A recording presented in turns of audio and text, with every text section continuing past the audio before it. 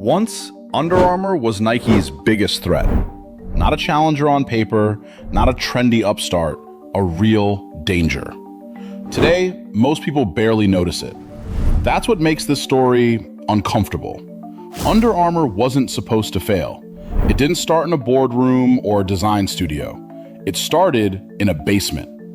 A college kid, a sweaty t-shirt, and a frustration nobody else had bothered to solve. Kevin Plank wasn't a star athlete at the University of Maryland. He wasn't celebrated, he wasn't recruited, he was a walk-on fullback. More grit than glory. And every practice, he hated the same thing. Cotton t-shirts. They got heavy, they soaked up sweat, they clung to the body and became useless underpads. Plank's idea was simple. A shirt made of synthetic fibers that pulled sweat away from the body instead of trapping it. No lifestyle pitch, no fashion angle, just performance. It was a niche idea born out of personal irritation. But Plank believed in it. The early years were brutal. He drove up and down the East Coast with boxes of shirts in his car. He walked into locker rooms uninvited, cold called equipment managers, handed out samples to anyone who would listen. Most didn't. Phones went unanswered, emails were ignored. Most athletes had never heard of him, and money ran out fast. Plank maxed out credit cards just to keep the project alive. By 1997, his bank account was almost empty. Under Armour was one bad month away from disappearing. The turning point didn't come from sports. It came from Hollywood. In 1999, Under Armour gear appeared in Oliver Stone's football movie, Any Given Sunday. Then again in The Replacements a year later. Suddenly, this unknown brand had screen time in front of millions of fans. The effect was immediate. Orders jumped to nearly $750,000. Under Armour stopped looking like a basement experiment. By the early 2000s, the company found its voice.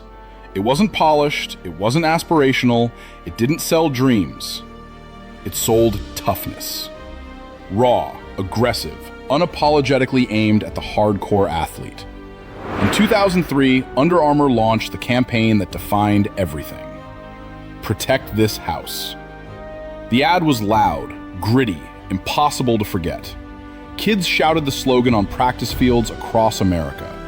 Under Armour stopped being niche. It became culture. From there, the numbers exploded. By 2005, sales hit $400 million. The company went public. Cleats followed in 2006. Training and running shoes by 2009. Endorsements stacked up. Tom Brady, Michael Phelps, then Steph Curry. These weren't just athletes. They were signals. Under Armour wasn't just another apparel company anymore. It was a rising power. For 26 consecutive quarters, sales grew more than 20%. That kind of growth was unheard of. By 2014, Under Armour overtook Adidas in the United States. Wall Street valued the company at $20 billion. The media gave it a name that would define its peak: the Nike Slayer. Kevin Plank declared, "We will be the #1 sports brand in the world." And for a moment, it actually seemed possible. The moment Under Armour started believing its own myth is the moment things quietly began to drift. When growth feels endless, discipline feels optional. By the mid-2010s, Under Armour wasn't just selling apparel anymore. It wanted to become a technology company. Kevin Plank believed the future of sport wasn't just what athletes wore, it was what they tracked. Heart rate, sleep, calories, performance data. If Under Armour could own the athlete's data, it could own the athlete. So the acquisitions began. Map My Fitness, MyFitnessPal, Endomondo. Hundreds of millions of dollars spent to build a digital fitness empire. At its peak, Under Armour claimed more than 200 million users across its apps. On paper, it looked visionary. In reality, it pulled focus away from the core. Nike was refining products, Adidas was mastering culture, Lululemon was redefining performance wear. Under Armour was managing software companies it didn't fully understand. The apps didn't integrate cleanly. User engagement stalled. Monetization never materialized. And then came the breach. In 2018, data from roughly 150 million MyFitnessPal users was exposed. Passwords, emails, trust. The damage wasn't just technical, it was reputational. At the same time, retail was cracking. Under Armour had expanded aggressively into brick and mortar. Brand houses, factory outlets, wholesale dependency. Too many stores, too much inventory. Discounts became routine. And once a performance brand trains customers to wait for sales, it loses authority. Then culture shifted. Athletic wear stopped being just about performance. It became lifestyle. People wanted comfort, versatility, clothes they could wear outside the gym. Nike adapted, Adidas collaborated, Lululemon thrived. Under Armour stayed rigid. Its aesthetic remained aggressive, hyper-masculine, intimidating. That energy worked on the field. It struggled everywhere else. Women's wear lagged. Lifestyle appeal was limited. Younger consumers looked elsewhere. Then the numbers stopped lying. Growth slowed, then stalled, then reversed. In 2017, Under Armour missed earnings expectations. The stock collapsed. From its peak, shares fell more than 80%. The Nike Slayer narrative evaporated overnight. Investors panicked, retailers pulled back, layoffs followed. The company that once couldn't keep product on shelves now couldn't move it fast enough. Under Armour wasn't irrelevant, but it was confused. A performance brand chasing tech, a sports company trying to be a platform, a culture brand without cultural traction.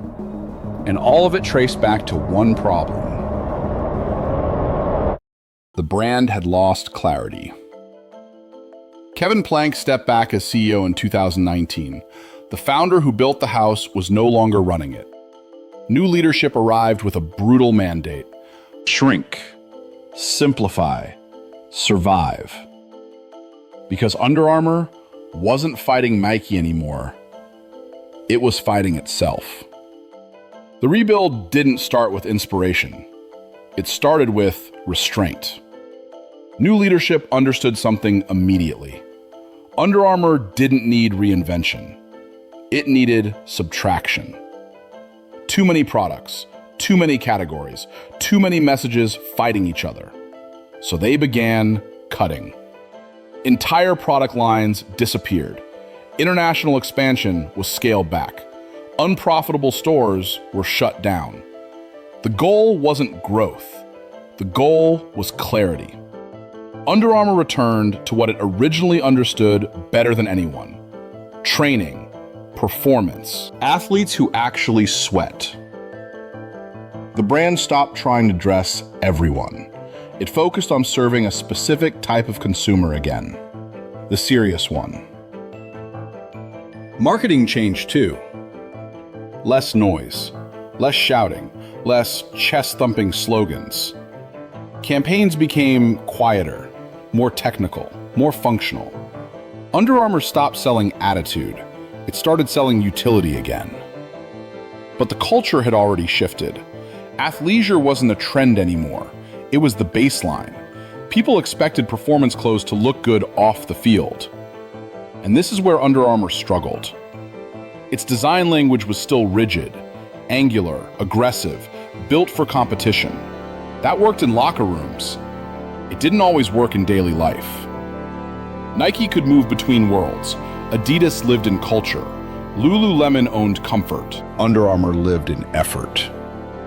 And effort isn't aspirational for everyone. International markets exposed this weakness even more. Outside the US, the brand lacked emotional connection. It didn't stand for lifestyle. It didn't stand for fashion. It stood for training. That's a narrower lane. Then came the pandemic. Gyms closed, sports stopped, team orders vanished. Under Armour's core consumer disappeared overnight, at the worst possible moment. Revenue dropped sharply, inventory piled up, uncertainty took over. The company survived, but barely. Cost-cutting intensified, staff reductions followed, expectations were reset downward. Under Armour wasn't chasing the top anymore. It was fighting to stabilize. And that kind of fight changes perspective. By the early 2020s, the brand accepted a hard truth. It was no longer a cultural leader. It could still be a specialist. The question became simpler. Could Under Armour be essential to a smaller audience instead of trying to impress everyone? That question reshaped every decision. Fewer launches, more durability, better margins over bigger headlines. The brand slowed down, and for the first time in years, it listened. Because the final chapter wouldn't be about dominance, it would be about relevance.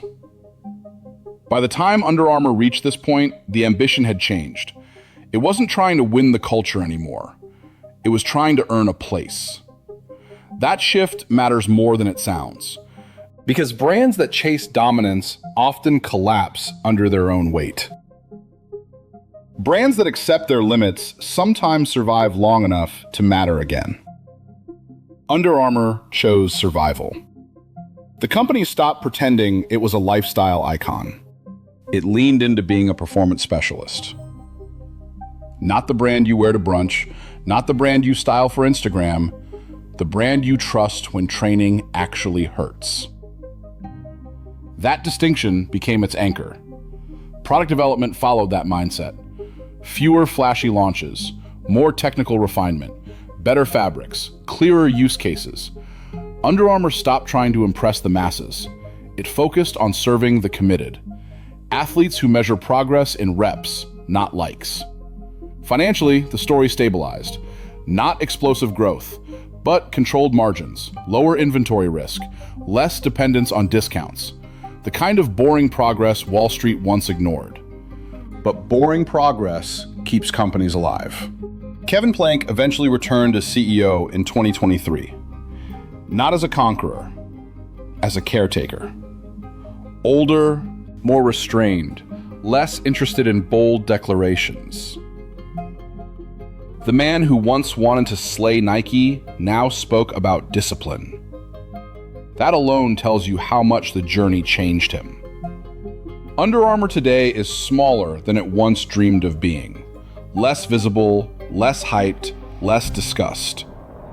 But also more honest. It knows what it is. And that might be the most important outcome of all. Because the biggest mistake Under Armour made wasn't missing trends. It was believing that growth itself was identity. That if the numbers kept rising, meaning would follow. They didn't. Meaning comes from consistency. From standing for something even when it's not fashionable. From accepting that not every brand is meant to be everything. Under Armour learned that lesson the hard way. Its story isn't a collapse. It's a correction. A reminder that disruption without discipline burns out. And that performance without culture has a ceiling. But performance with purpose can still endure. Under Armour may never threaten Nike again, but it doesn't need to. It just needs to matter to the people who rely on it. And sometimes that's enough. If you enjoy deep, honest breakdowns like this, stories that go beyond hype and headlines, make sure you subscribe.